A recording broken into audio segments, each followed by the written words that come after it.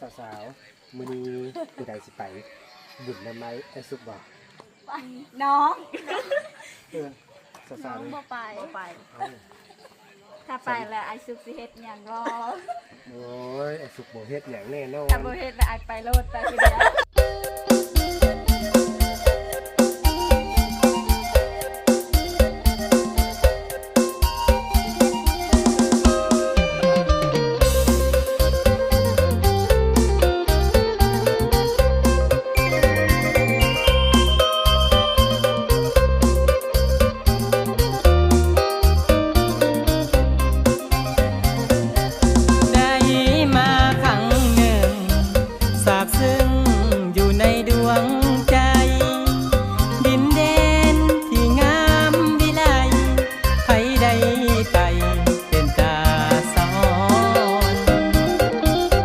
เห็นข้างหนึ่งสุนข้าหนึ่งมันแสนอ่อนสอนสาวนาฮีใจอายสะท้อนงามงอนลงหาปากใจนี่คือปลาข้อกับปลาดุกก็เอาอยู่น้ำเดียวอยู่ปลาซื้อต้มบ่จะต้มบ่ไอ้ทุกคนน่ะ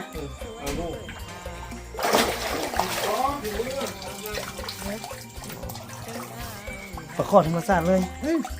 ทำมาเสยอ้าวถึกจันอยู่นะเพิ่นละพอมันใช้จันนี่ชื่อปลาดุกชื่อเอาแค่ปลาดุกพันต้มบ่ ตัวบักใหญ่หนึ่งเนาะ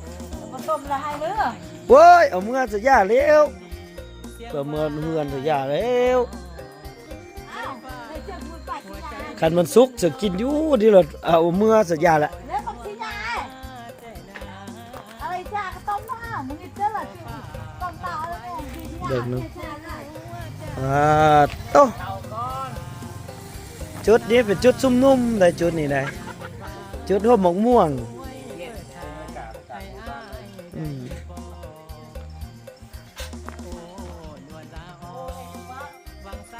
ติว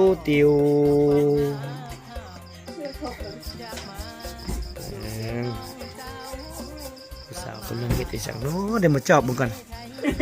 จอบมึงก่อนอุ้ยคือตาเป็นแสงว่ะสาวอ่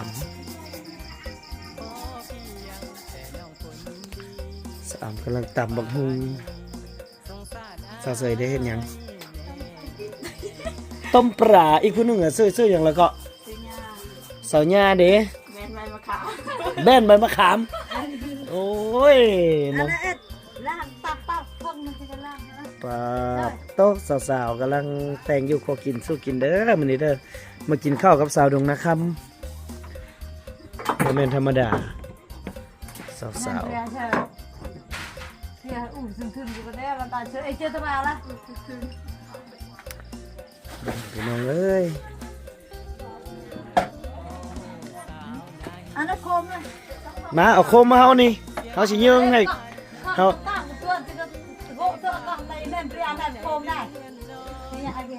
มาสิเอาโคมยิงให้กับเจ้านี่ยิงเนาะเบิกสาวๆกำลังแต่งกินแต่งกินให้บ่สุกเลยนี่อุ้ยตกซะแล้วโอ้เฮ็ดกินเป็นเสยเด้อเฮ็ดเห็นว่าก็เฮ็ดกินเป็นอยู่เด้อ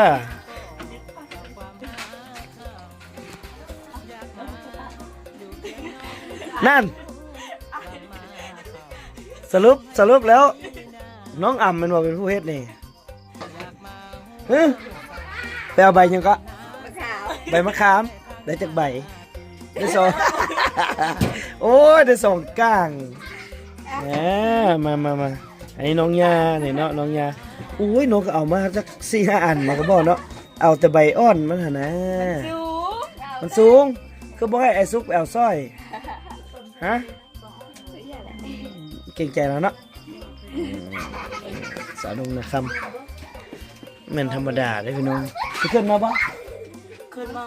เสียเขาต้องแม่ขึ้นมาให้กำลังใจนี่ เดี๋ยวเคยเฮ็ดกินอยู่พุ่นเด้อพระเป็นน้ำพระแม่นบ่ ช่วยมันก็ของตากาตัวไปกันไปแล้วล่ะสิปะตะแกะเสียไปกัน เออ สบาย เออ ข้าวเลือดเต็มหน้าตา เว้ยมีไข่อีกเด้ บ่แม่บ่มี พาบ่เข้าอีกขูดอันน่ะขีดใส่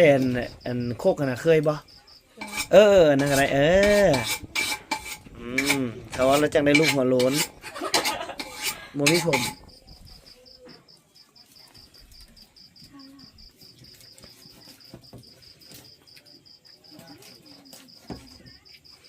บ่แม่นน้องๆบ่เคยเด้อ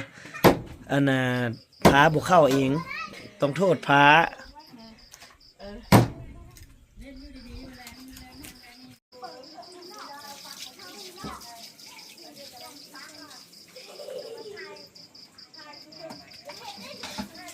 เขาเอิ้นว่าต้มส้มป่ามันบ่มื้อนี้มีสาวๆแต่งกินให้กินได้มื้อนี้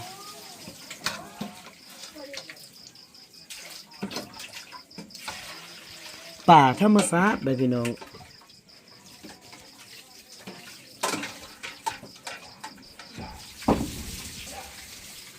มาเบิ่งหม้อต้มป่าเพิ่นโอ้ยไก่สิสุกแล้วบ่ฝนแล้วบ่โอ้ฝนแล้วพอดีเลยฝนในนี้อ่ะ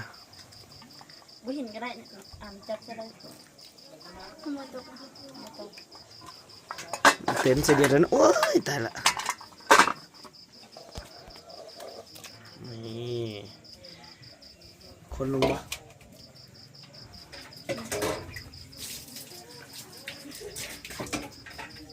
ต้มปลามากินเบิ้งต้มปลาสาวบดงนาคำในแซ่บบ่เคยต้มให้คนกินอยู่บ่เนื้อมา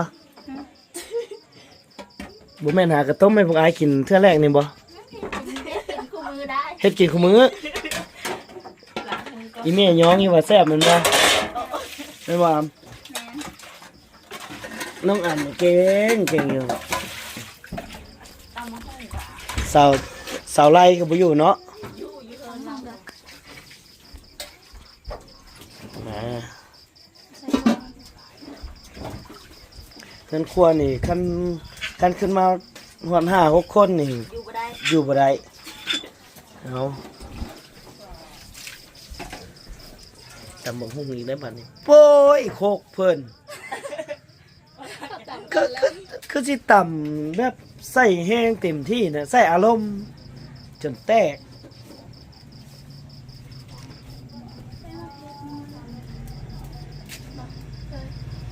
อย่าใส่หลายๆ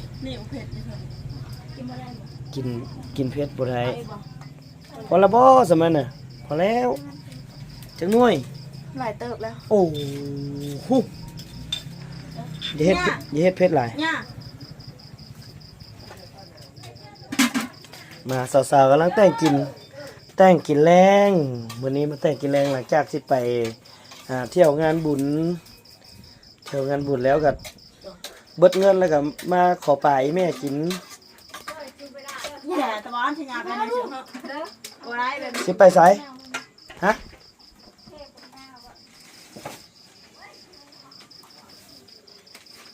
เป็นนัวใส่หลายแซ่บหลายน้อง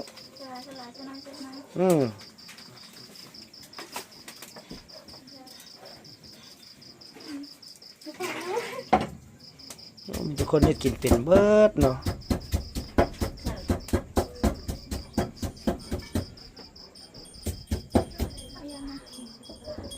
ไม่ใส่ก็ได้เกินนะจะใส่อะไร เอาเมนูที่2บักฮงนี่บักฮงโดยสาวญาไปเอาอย่างมาให้เมื่อกี้นี่เอามะนาวของหวานแม่นบ่ฮะแม่นหวานมึกนาวได้มาขึ้นมาไหมขึ้นมานะขึ้นมาหลายๆคนนี่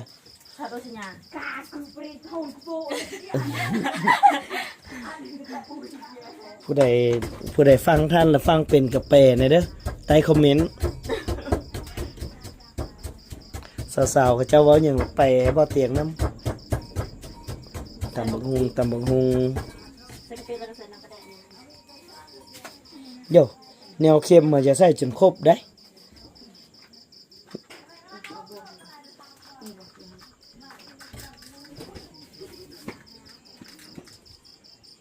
ตำบักฮุงพี่น้องนี่สอนตับแล้วตับบักฮุงใส่หยังแน่น้อง ใส่ข้าวเบิด ใส่ครบเบิดยกเว้นหัวใจเพราะว่าบ่ใส่ใจไผจักคนยกเว้นตัวเอง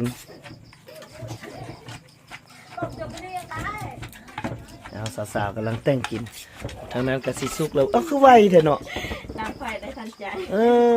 ต่อไฟนี่เร่งได้เร่งกับมือ 3 เดือนรอห้องอ่ะสิโดเฉยๆต้นสิโดจะไม่เจนตั้งพวกมันจะไปเจาะเฉย ตาแซบเดี๋ยวเราเบิ่งสีมือน้องๆเนาะสีแซบสำหรับสีสามารถเป็นลูกสะใภ้ของแม่เจ้าได้อยังบอกกันล่ะเดี๋ยวบ่เตียงตัดสินให้แซบบ่เอิ้นบ่สุกมาซิมไปยังจังหูว่าแซบบ่แซบบ่สุกหาหยองจังรอดคันให้บ่สุกอันซีมอ่ะแซบ น้ำตาเกลือมะนาวนั่นหวานเป็นนุ่ม หวานเป็นนัวแสดงว่าใส่หลาย ให้มันแซ่บ บ่ใส่น้อยไอ้ว่ามันใส่น้อยติมันจังหวาน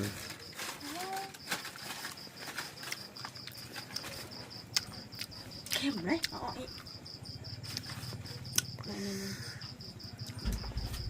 ได้แล้วล่ะเลยมันต้องมีนติแล้วล่ะได้แล้วล่ะ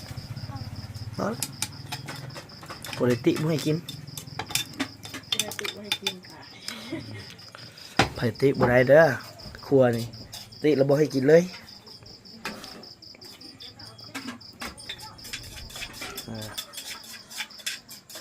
มันครัวบ้านเฮา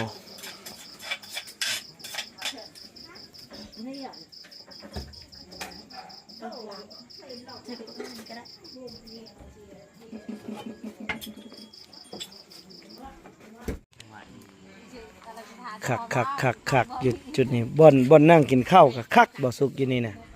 มันเย็นกองห่มม่วงนี่ป้าโตคักบ้านดงนะครับได้ข้าวว่าเขาเจ้ามาปลูกกะโลแล้ววะเดซ่าพัฒนาขึ้นหลายเติบเลยนะพี่น้องจังน้อยก็ได้ทางดำ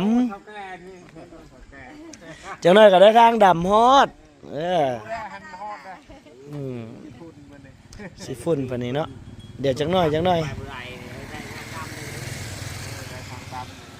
ได้ทางดำแล้วคักสุดเลยเนาะเข้ามาทางเส้นนี้นี่มันไกลไปไสเนี่ยก็ทางเส้นนี้ไปบ้านพ้นน่ะดีปะออกสบูนก็ได้มันมี3แยกอยู่ห้วยโคน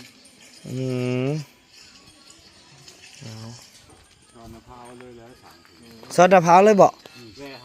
โอ้ออกมะพร้าวน้ำกระป๋อ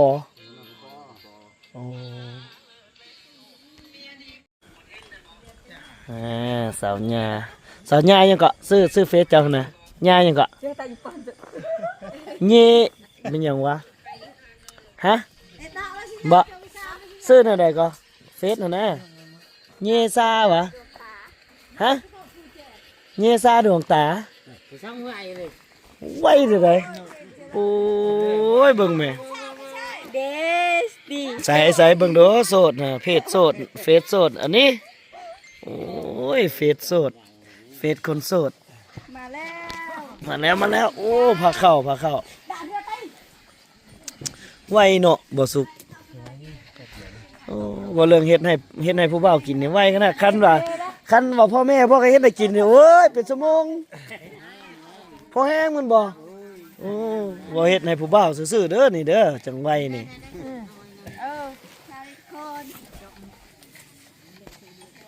มากินน้ำเดียวได้ฟ้าวไปบุญได้ ติบเข่าเอามาล้นมาเหลือ 4ติบ กินเนาะ ว้าตัวเพราะว่ากระเจ้าหน้าดีนะหน้ากระเจ้าดีแฮง ญาติลูกเคยมีมา ยันลูกเคยบ่อิ่มเนาะนั่นใส่สาวเสยเด้อสาวเสยเด้อถ้าจะภาพเด้อ กินก่อนเนาะอีเชยมันกินอยู่ บ่แล้วเจ้าภาพบ่มาให้ได้สิกล้ากินเนาะ หลังจากที่ว่าไป เอ๊ะลูก ผมก็ไปเฮ็ดแตงข้าวให้กิน แต่งให้ลูกเคยได้จังไวนี่ขัดแต่งให้พ่อให้แม่นี่บ่ได้กิน ยาก็เป็นพวกสิมุก แม่นบ่น้องเสยน้องเสย ยากับน้องไทยเนาะ อันเฮ็ดให้ผู้บ่าวซื่อๆได้จังไวนี่เนาะคันที่พ่อให้แม่เฮ็ดบอกให้เฮ็ดกินนี่จ้างแม่นบ่ นั่นน่ะเป็นข้าวมาไป เต้นเต้นได้ทำเต้น น้องอำ ขาดรอยหายใจ ต้มปลาข้อนะครับตำมะเขือ แซ่บบ่น้องอำแซ่บบ่นี่แซ่บแมันบ่แม่นบ่น้องอำแต่งให้ผู้บ่าวแล้วไว้เนาะ ว้าว ก็แต่งให้พ่อให้แม่นี่เป็นชั่วโมง ท่านแนะนำมัน เอามากินข้าวแรงกับสาวดงนาคำเด้อมื้อนี้เด้อต้มปลาขอบ่มีหยังปลาข้อไม่หยังก็ตำกระรอ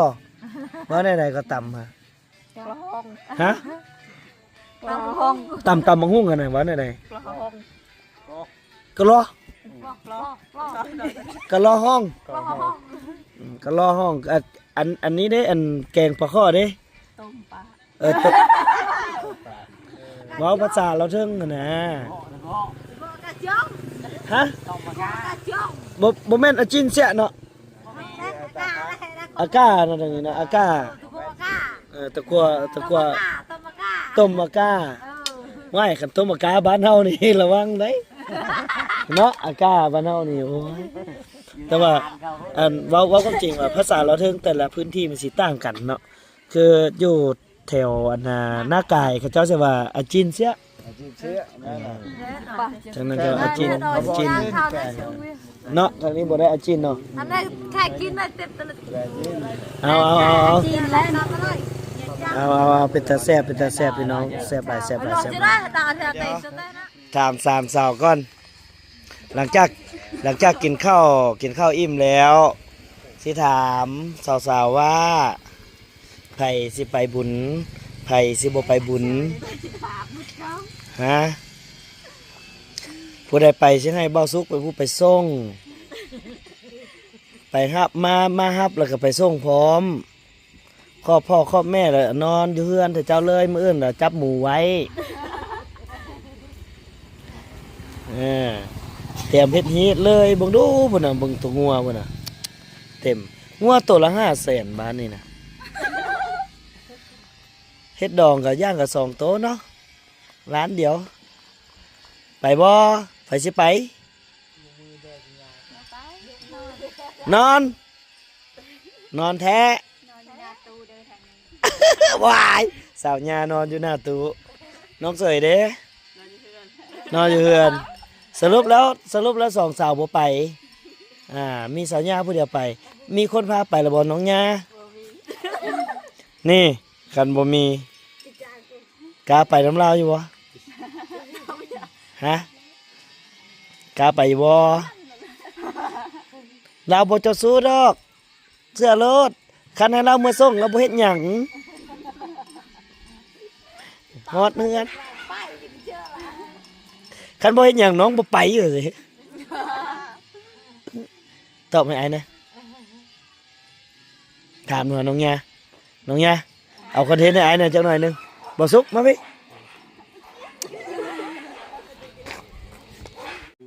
ผู้ใดสิไปบุญได้ไหมไอ้สุกบ่ น้อง สาว บ่ไปถ้าไปแล้วไอซุกสิเฮ็ดหยังก็ ๆโอ้ยไอ้สุกบ่เฮ็ดหยังแน่นอน ถ้าบ่เฮ็ดแล้วไอไปโลดไปคือเดียว ยายว่าซะได้นั่นแหละเนาะนั่นแหละบ่สุกไปผู้เดียวซะเจ้าแม่นบ่บ่เฮ็ดหยังเพิ่นบ่ไปนะ บ่ไปแล้วเฮ็ดหยังเพิ่นจังไปนำเนาะ เฮ็ดหยังแล้วเพิ่นจะไปคือเต็นท์อาหารนั่นนะแล้วเราจังไปแล้วเฮาน่ะอันนี้เราไปแล้วนะยืนเซอยู่หน้าเวทีบ่มีอารมณ์หยังเขาบ่ไปนำดอก ไปกับผู้ใหม่ซะแล้วเจ้าสาวดงนะครับบ่ไปน้ำแล้วบ่ได้เมียคือเก่า